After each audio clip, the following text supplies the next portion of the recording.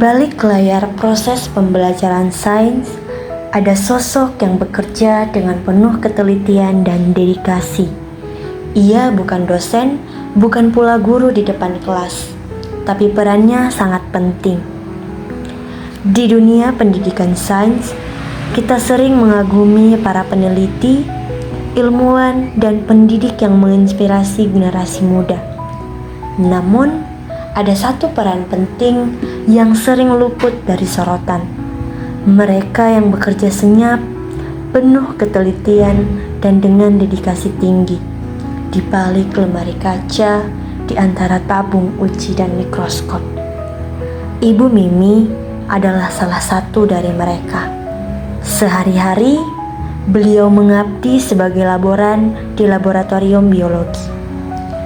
Dengan latar belakang pendidikan di bidang pendidikan biologi, beliau tak hanya memahami teori, tapi juga terlibat langsung dalam praktik dan eksperimen yang menjadi bagian penting dalam pembelajaran sains. Sejak awal, Ibu Mimi sudah memiliki kecintaan pada dunia biologi. Latar belakangnya di bidang pendidikan biologi bukan hanya memberi bekal teori, tapi juga menjadikannya pribadi yang memahami pentingnya praktik langsung sebagai bagian dari proses belajar. Di sini tugas saya mengurus surat-surat, menyediakan alat bahan untuk penelitian dalam maupun luar. Ini universitas. Oh, luar juga? Pihak luar. Ini aja. Dari mana-mana, dari Aceh ada, dari Pekanbaru, dari universitas lain di AIM, USU. Banyak pihak luar meneliti di sini pakai alat kita. Karena kata mereka di sini alat-alatnya lengkap, lebih lengkap, lebih bagus.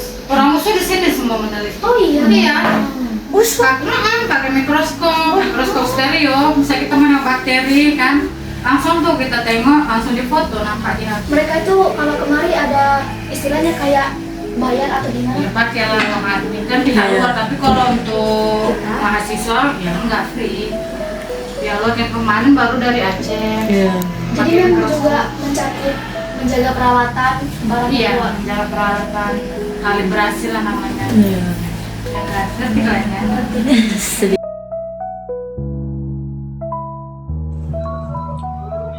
Ibu Mimi bukan sekedar penjaga alat laboratorium. Ia adalah pengatur ritme pembelajaran praktikum.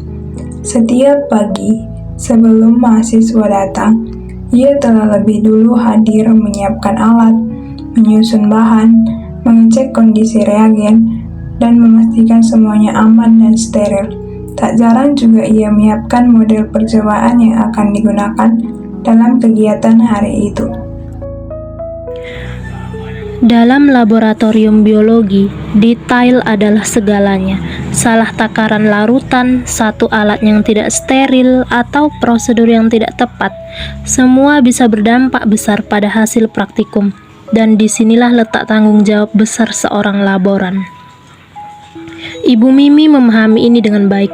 Ia bukan hanya bekerja secara teknis, tapi juga menjadi garda terdepan dalam memastikan keselamatan, ketertiban, dan keberhasilan setiap proses praktikum. Keselamatan di laboratorium. Kami ada SOP-nya. Misalnya kan ada juga apa itu untuk alat-alat pemadam kebakaran disediakan. Kalau mau masuk lab pakai baju lab, sarung tangan kan kita pakai alat-alat jaga kimia kan, pakai masker. Itu aja sih keselamatannya.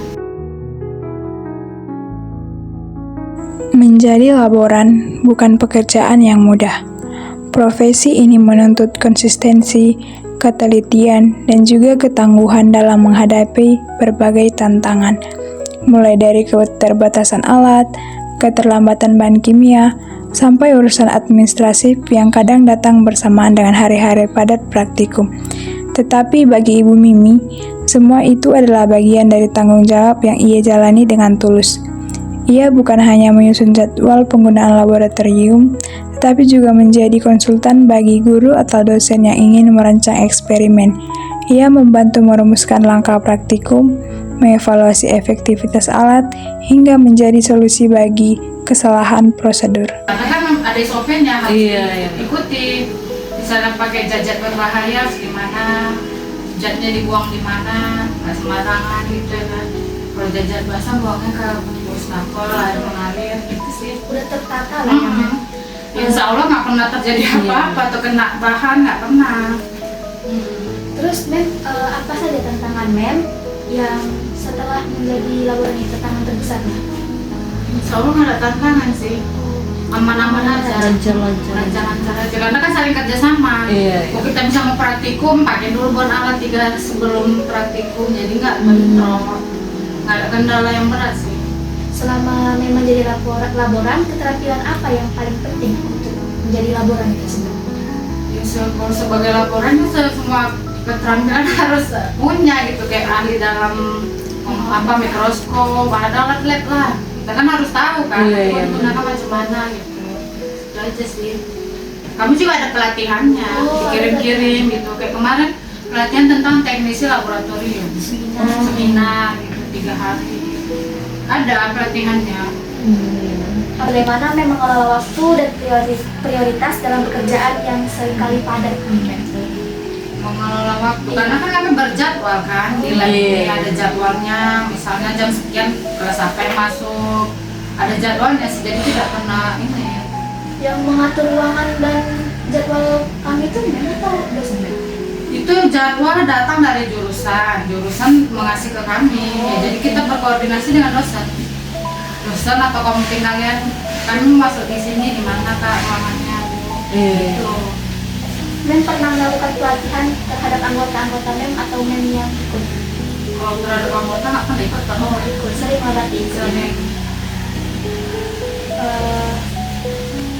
Konflik juga nggak pernah ya Mem? Maksudnya kamu dalam bekerja atau dalam Perbedaan sama pendapat. anggota? Perbedaan pendapat. Sama anggota? Oh nggak pernah, kami selalu menyetujui, solid gitu. Misalnya pun ada beda pendapat ya diselesaikan, nggak pernah sampai berdebat gitu. Karena kalau mau apa-apa kan selalu dirapatkan. Misalnya mau masuk ajaran baru, rapat dulu. Mau pakai alat apa aja dirapatkan, dikirim gitu. Misalnya untuk semester ini alat ini yang kami butuhkan, jadi biar nggak saling ini lah. Benar-benar perencanaan. Oke Mem, yang terakhir, apalah harapan Mem untuk masa depan dalam mengelola laboratorium ini sebagai laboran? Harapan saya ya kalau bisa kan alat-alatnya lebih canggih lagi, terus dirawat, dikalibrasi, karena kan sebenarnya jarang juga gitu dikalibrasi, kita berapa tahun sekali baru dikalibrasi ya, jadi rawat lagi ke alat-alat lebih, karena memang bagus-bagus alatnya. Profesi laboran seringkali tidak disorot. Namun, tanpa peran mereka, pendidikan sains akan kehilangan ruhnya. Laboratorium bukan hanya ruangan penuh alat, ia adalah ruang eksplorasi, ruang untuk gagal dan belajar dari kegagalan, ruang untuk membuktikan teori, untuk melihat keajaiban biologi secara langsung. Dan semua itu bisa terjadi karena ada sosok seperti Ibu Mimi di baliknya.